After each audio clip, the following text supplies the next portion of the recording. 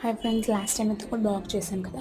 ఆ blog continuation అనమాట. గుడి ఓపెనింగ్ తర్వాత గుడి ఎంత బాగా కట్టినా కూడా దానికి గజస్తంభం ఇంపార్టెంట్ కాబట్టి సో గజస్తంభం ప్రతిష్ట కూడా అయిపోయింది. ఈ చెక్క అయితే మాత్రం అయ్యగారులు స్వయంగా దగ్గరుండి తెచ్చుకొని దాన్ని ఎలా కావాలో అలాగే తయారు చేయించుకున్నారు. అలాగే గుడి పైన కూడా సుదర్శన చక్రాన్ని కూడా పెట్టారన్నమాట. అది కూడా మోస్ట్ పవర్ఫుల్ మ్యామ్ పెట్టి దానికి ఎన్నో పూజలు చేశారు. సో దానికి బూరలతో అభిషేకం కూడా చేశారన్నమాట. చాలా మంది జనాలు భక్తులు దాన్ని స్వీకరించాలి ఆ ప్రసాదం అని చెప్పేసి చాలా ప్రయత్నించారు. అందులో నేను కూడా ఒక దాన్ని మీరు కూడా అలానైనా చేసేది.